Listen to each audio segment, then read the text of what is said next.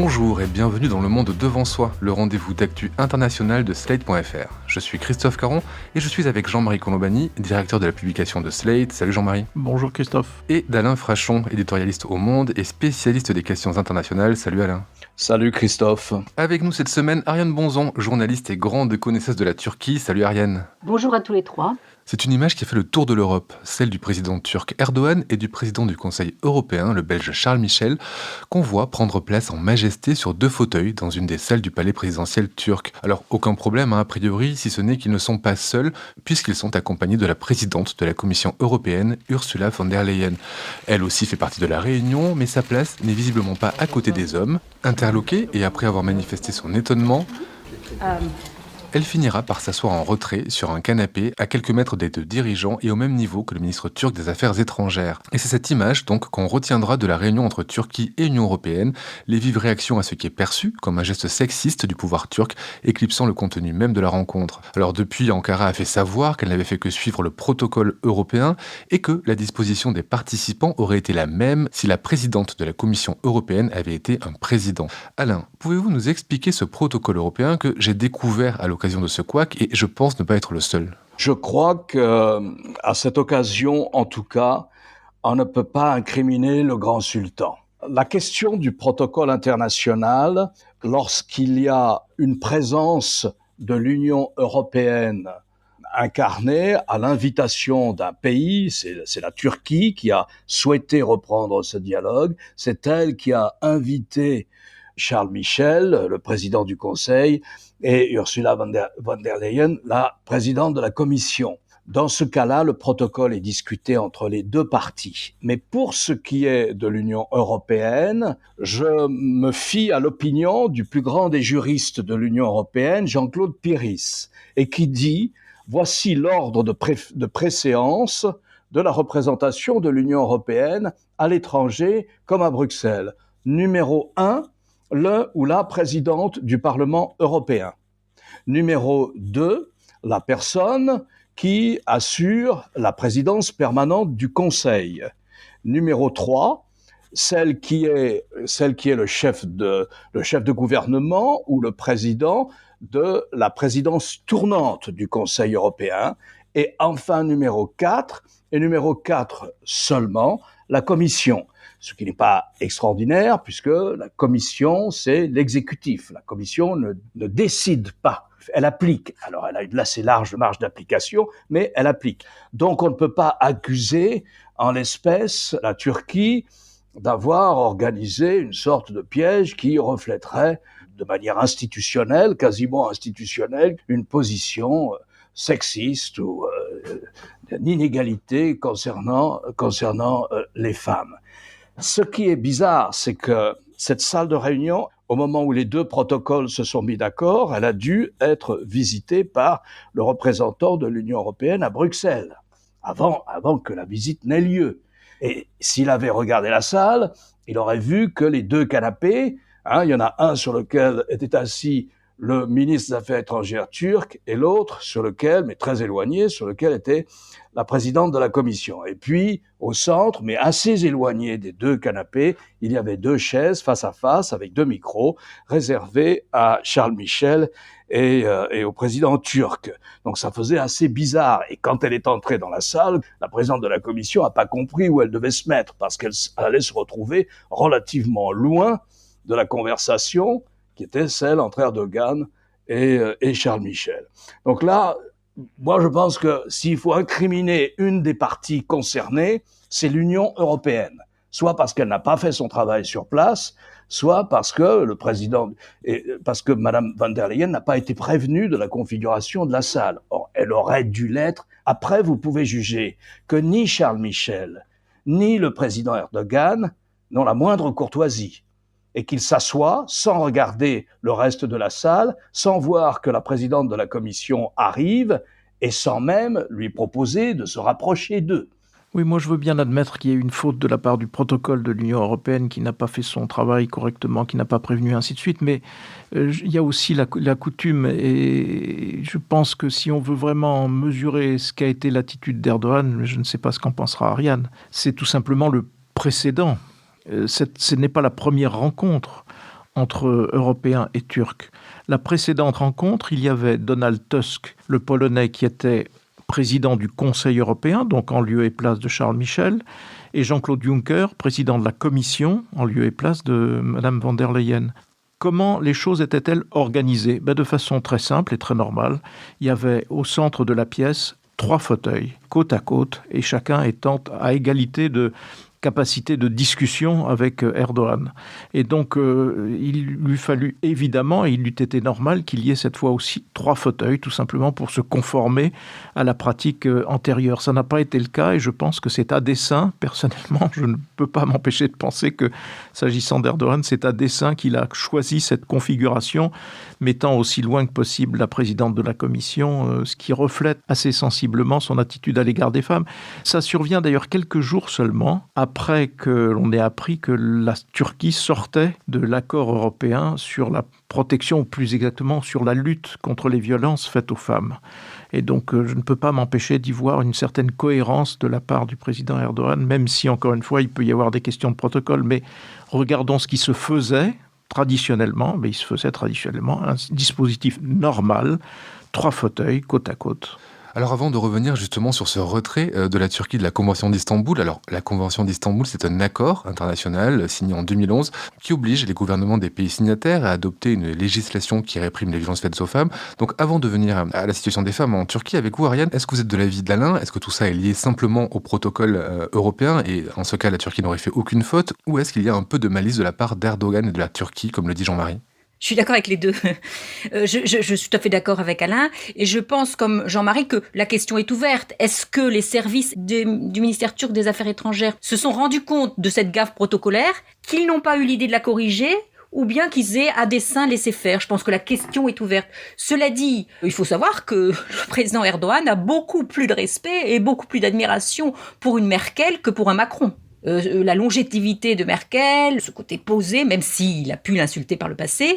Donc, en termes de politique, je ne suis pas absolument sûre qu'il faut y voir du sexisme de la part du président Erdogan dans cette histoire-là. Mais au-delà de cet événement, Ariane, est-ce que vous pouvez nous parler de la place des femmes en Turquie ? Le président Erdogan a donc signé un décret pour se retirer de la Convention d'Istanbul. D'ailleurs, ce décret est un peu contesté par un certain nombre de juristes. On considère qu'il n'a pas le droit comme ça de se retirer d'un traité international. Sur le plan des violences, il y a quand même 300 femmes, selon une association Alto Féminicide, 300 femmes assassinées par des hommes de leur entourage pour l'année 2020 et plus d'une centaine qui ont perdu la vie dans des conditions pas claires. Alors, qu'est-ce que ça veut dire des conditions pas claires ? Tout le monde a entendu parler de ces fameux crimes d'honneur. Vous savez, quand une femme flirte avec un garçon ou que elle désobéit, elle échappe à l'autorité du père pour laver l'honneur de la famille qui est atteinte.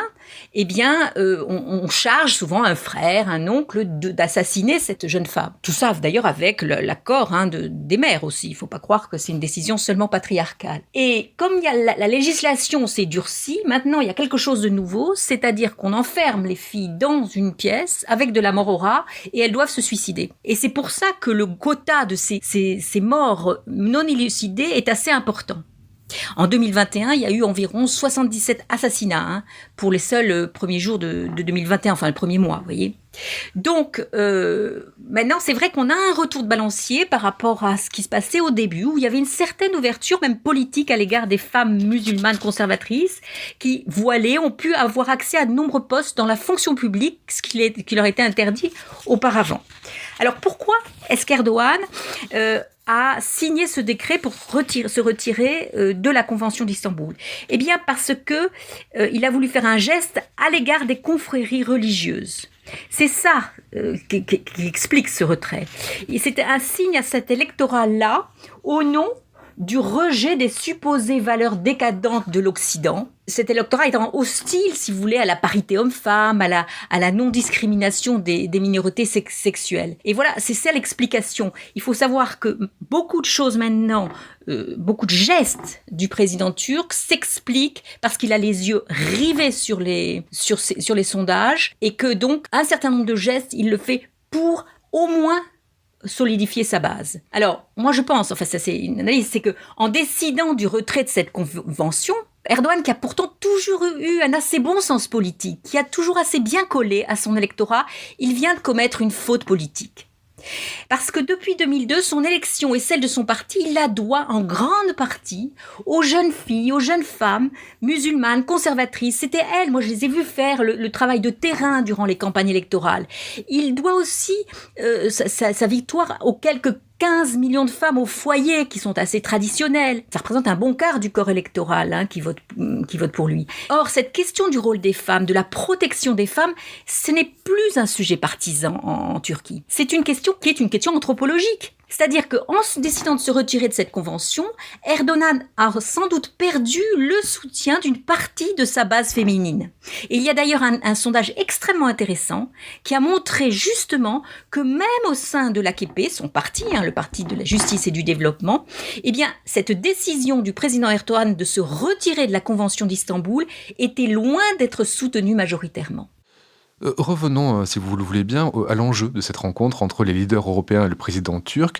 Le but de cette réunion, c'était d'ouvrir un nouveau chapitre, je cite, dans les relations entre Ankara et Bruxelles. Quels étaient les dossiers à l'ordre du jour, Jean-Marie ? Il y a d'abord une inversion des choses parce qu'auparavant, on était face au durcissement turc sur au moins plusieurs fronts, notamment un front territorial, puisque c'était le problème de l'exploitation des eaux et notamment d'eau territoriale qui appartiennent plutôt à la Grèce qu'à la Turquie.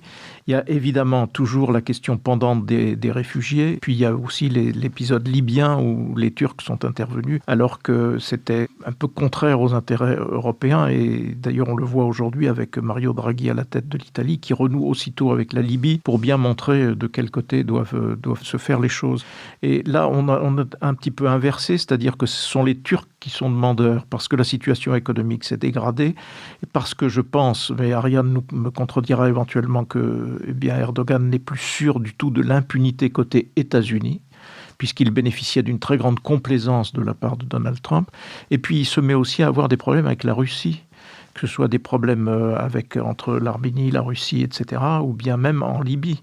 Et donc, il n'est plus sûr de ses arrières, si j'ose dire. Et donc, il a besoin à nouveau de l'Union européenne. C'est pour ça qu'il se regarde à nouveau vers l'Union européenne. Alors, au cœur des relations entre l'Union européenne et la Turquie, il y a bien sûr la question des réfugiés, avec un accord qui date de 2016, qui était un accord qui permettait en effet le contrôle des flux migratoires et le fait que l'Union européenne finance les camps de réfugiés. Et il faut rappeler d'ailleurs que l'Union européenne, l'argent qu'elle donne, ne le donne pas directement au gouvernement turc. Il le donne aux ONG qui sont, avec l'autorisation évidemment du gouvernement turc, qui sont en charge d'héberger ces réfugiés. Donc ça, c'est la partie la plus importante. Et alors, il faut rappeler aussi que dans cet accord, la contrepartie du rôle de la Turquie dans l'accueil des réfugiés était de la part de l'Union européenne de rouvrir des discussions douanières et de refaciliter les visas des Turcs qui voulaient voyager en Europe. Ces deux conditions n'ont pas été remplies par l'Union européenne. Et donc, probablement, la Turquie va sûrement demander que cette question-là soit ouverte. Et puis, il y a eu des gestes d'apaisement en direction de la Grèce, qui sont assez récents aussi, qui montrent qu'au fond, aujourd'hui, le rapport de force est quand même assez inversé et que c'est plutôt la Turquie qui est demandeur vis-à-vis de l'Union européenne que l'inverse. Et donc, il faudra surveiller de très près comment évolue la question des réfugiés, parce que c'est évidemment une question centrale, et où devraient cesser normalement les provocations turques qui consistaient notamment à renvoyer vers la Grèce un certain nombre de réfugiés, et ainsi de suite. Et est-ce que la rencontre a été fructueuse, Alain ? Est-ce qu'elle a permis de relancer positivement les relations entre Bruxelles et Ankara ? Sans doute, oui.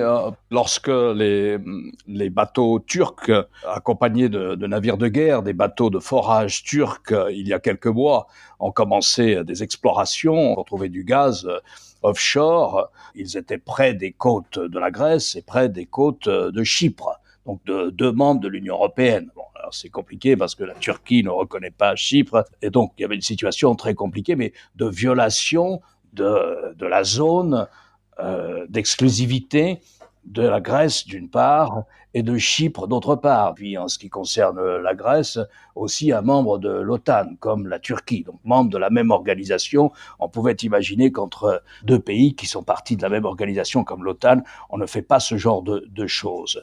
Donc là, il y a une conversation qui a commencé entre Athènes et Ankara, en bilatéral. Pour ce qui concerne l'Union européenne, on peut soutenir que c'était peut-être pas le moment d'accepter immédiatement comme ça l'offre d'Erdogan de ranimer le dialogue entre la Turquie et l'Union européenne. En fait, il y a des mécaniques institutionnelles qui jouent là. L'accord de 2016 dont parlait Jean-Marie, je crois qu'il doit être renouvelé à partir du mois de mars. C'est un accord au terme duquel il y a quand même entre 3 700 000 et 4 millions de réfugiés, pour l'essentiel, à 95% des Syriens, le long de la frontière syrienne. D'ailleurs, ils sont installés là pour la plupart. Et il faut renouveler l'accord au terme duquel l'Union européenne aide les ONG, finance les ONG qui s'occupent des programmes pour ces réfugiés. Les Turcs disent qu'au terme de l'accord, on devait donner à ces ONG, je crois, 6 milliards d'euros. En fait, il y a eu un peu moins de 5 milliards d'euros versés, donc il y a peut-être des retards de versement. Mais en tout état de cause, il fallait en reparler, puisque je crois que cet accord prenait fin en mars. Ensuite, il y a les dossiers qu'a évoqué Jean-Marie, les 2 dossiers qui font partie des conversations menées dans le cadre de la négociation sur l'adhésion de la Turquie au sein de l'Union européenne. Alors, les 2 parties savent bien qu'il n'y aura pas d'adhésion, mais ça arrange l'une et l'autre partie de poursuivre des discussions sur certains des chapitres en question. Il y a notamment, puisque je crois que depuis, Ariane nous dira, mais depuis le début des années 60, peut-être 1963, il y a un accord douanier entre ce qui était alors le marché commun, puis la communauté européenne, aujourd'hui l'Union européenne. Il y a un accord douanier entre les 2 parties. Cet accord n'a pas été modernisé pour tout ce qui concerne le commerce en ligne, etc., toutes les nouvelles formes d'échanges commerciaux, et donc il faut moderniser cet accord. Et puis il y a cette question qui faisait partie de l'accord d'ailleurs, des visas, notamment pour les hommes d'affaires turcs, toutes les entreprises de travaux publics turques qui sont très présentes sur un grand nombre de marchés, privés ou publics, dans l'ensemble de l'Union européenne. Alors on peut dire que politiquement, on aurait pu faire attendre la Turquie et ne pas se rendre à Ankara au lendemain du retrait d'Ankara de la Convention sur la prévention de la violence faite aux femmes et aux enfants, comme vous l'avez dit tout à l'heure avec Ariane. On peut penser aussi que de toute façon, il aurait fallu discuter. Et voilà, l'Union européenne ne peut pas ignorer 83 millions, une Turquie forte de 83 millions de personnes à ses frontières. Je crois qu'il y a surtout une grande inquiétude du côté allemand. C'est-à-dire que Angela Merkel ne veut absolument pas que sur la fin de son règne, si je puis dire, le dossier turc fasse trop de désordre, quoi. Et elle sait très bien que, à la fois sur l'histoire des réfugiés, des droits de l'homme, c'est quand même une boîte de Pandore, quoi, qui peut facilement s'ouvrir. Donc, je pense qu'il y a une volonté vraiment de calmer le jeu avec la Turquie de la part de l'Allemagne, qui s'oppose en ce sens à la France. Donc ça, je crois que c'est très important de comprendre ça, et c'est ça qui peut donner aussi l'impression parfois d'une certaine, peut-être pas aveuglement, mais le laisser faire, quoi. Et donc, il faut vraiment prendre en compte cette dimension allemande. N'oubliez pas qu'il y a quand même 3,5 millions de Turcs ou de germano-turcs en Allemagne. Ça, c'est le premier point.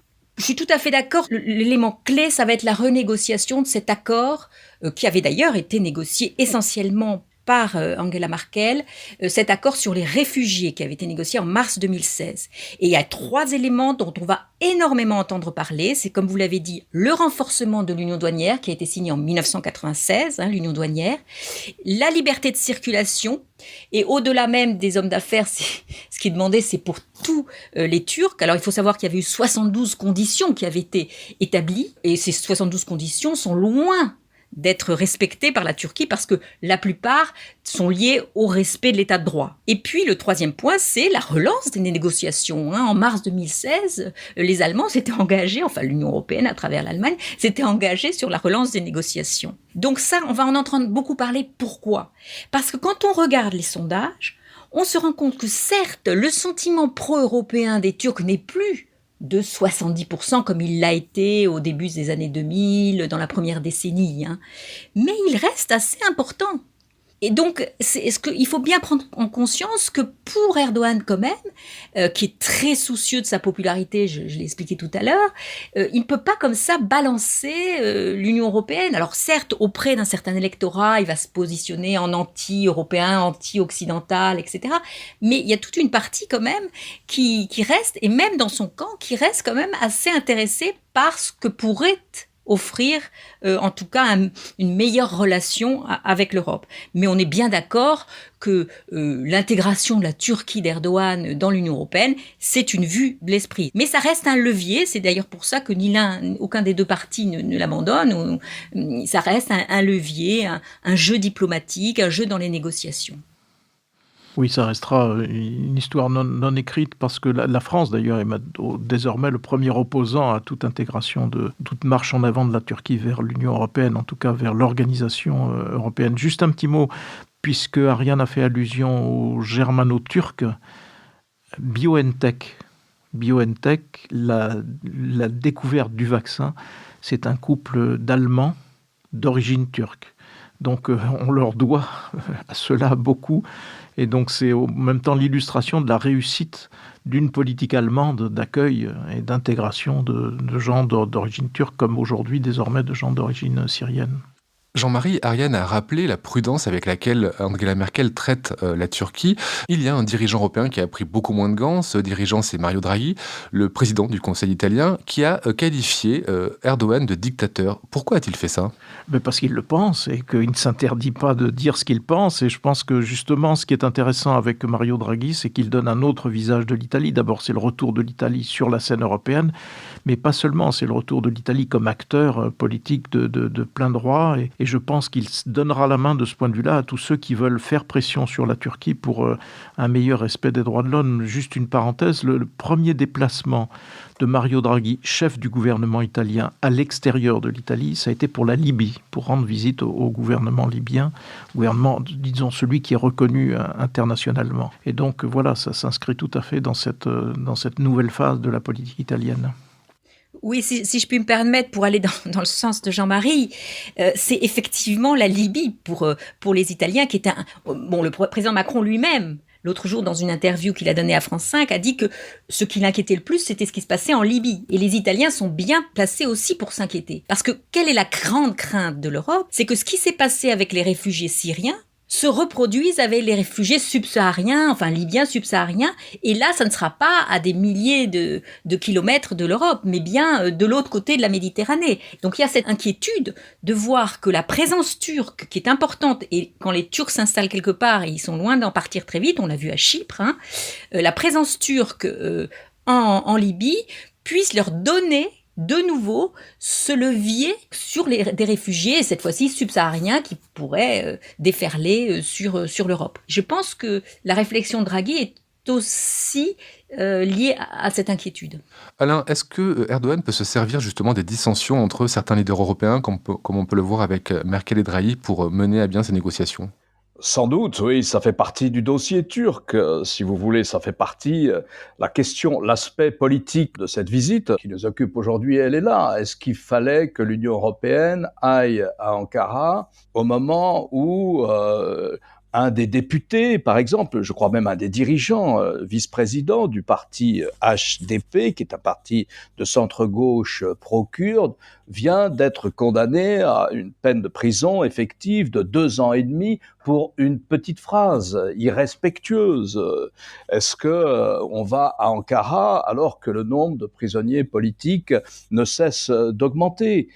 Est-ce qu'on y va alors que tous les maires kurdes ont été démis de leur fonction ? Est-ce qu'on y va alors qu'il y a une procédure législative destinée à quasiment à interdire cette formation politique, le HDP, qui doit être la deuxième ou la troisième force au Parlement?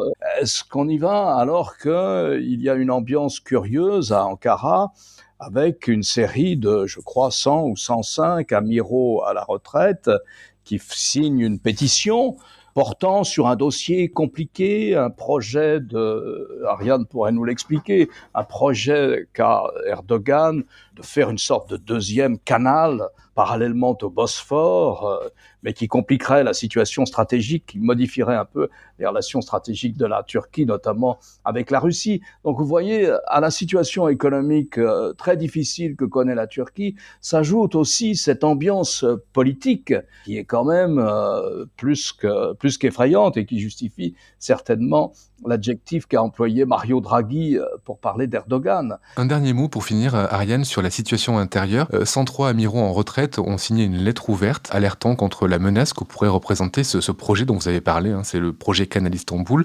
Au lendemain de la publication de la lettre, une partie d'entre eux était arrêtée. Vous avez aussi évoqué ce député condamné à 2 ans et demi de prison. Erdogan a évoqué une tentative de coup d'État politique. Alors, est-ce qu'il a raison de se méfier de l'armée ?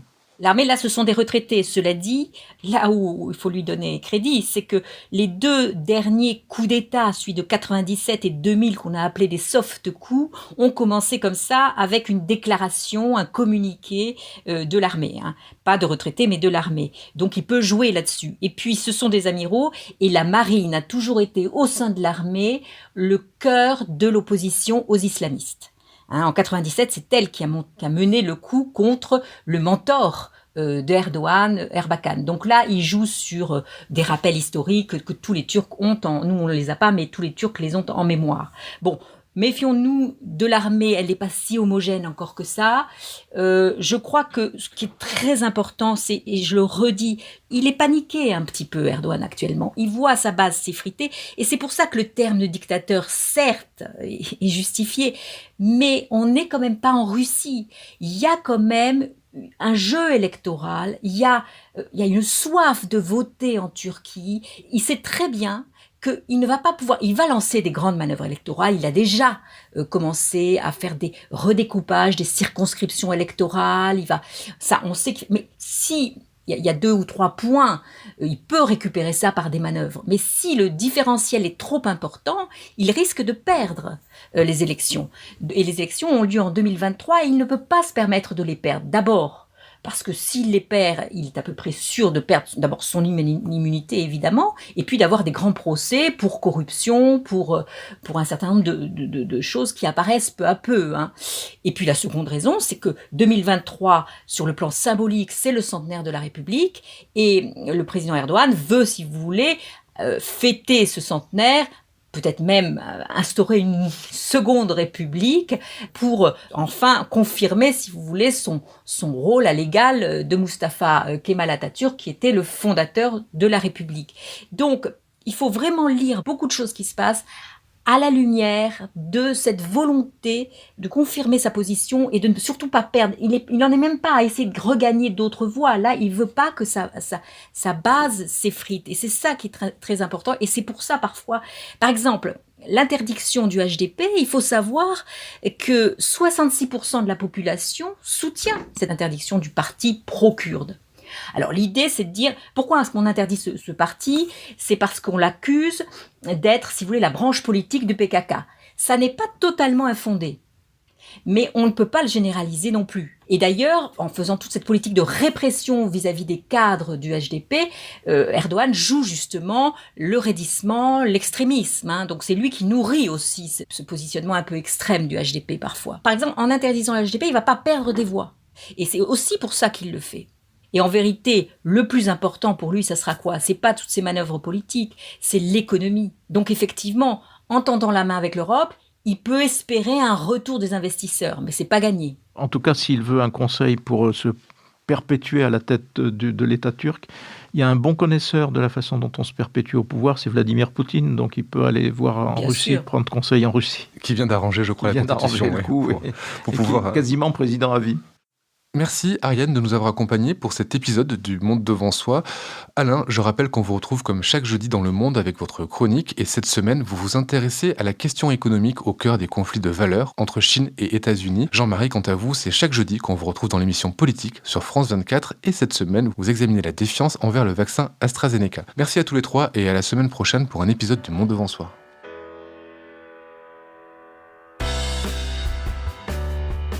Vous venez d'écouter Le Monde devant soi, un podcast Slate.fr à retrouver tous les samedis matins sur Slate.fr ou sur votre application de podcast préférée. Si vous avez aimé, n'hésitez pas à vous y abonner et à nous mettre 5 étoiles.